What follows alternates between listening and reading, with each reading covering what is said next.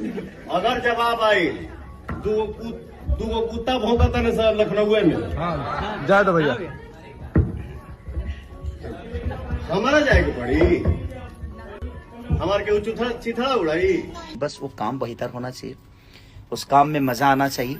से trending star Khesari Lal Yadav ने पवन सिंह का मजाक उड़ाया लाइव आकर, जो कि पवन सिंह लखनऊ में किसी को मारने की धमकी दिया था भोजपुरी के पावर स्टार को, और खेसारी लाल उसी दिन शाम को लाइव आते हैं और उनकी हर एक बात को मजाक उड़ा देते हैं। कहते हैं कि केहू मारता और केहू डरवावता, यही बोल के पवन सिंह का बहुत बड़ा मजाक उड़ा देते हैं।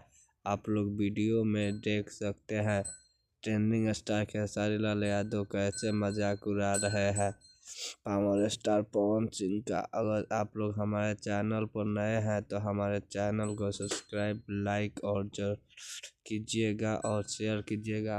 टॉप मॉडल का भोजपुरी वीडियो देखने को मिलेगा विवादित।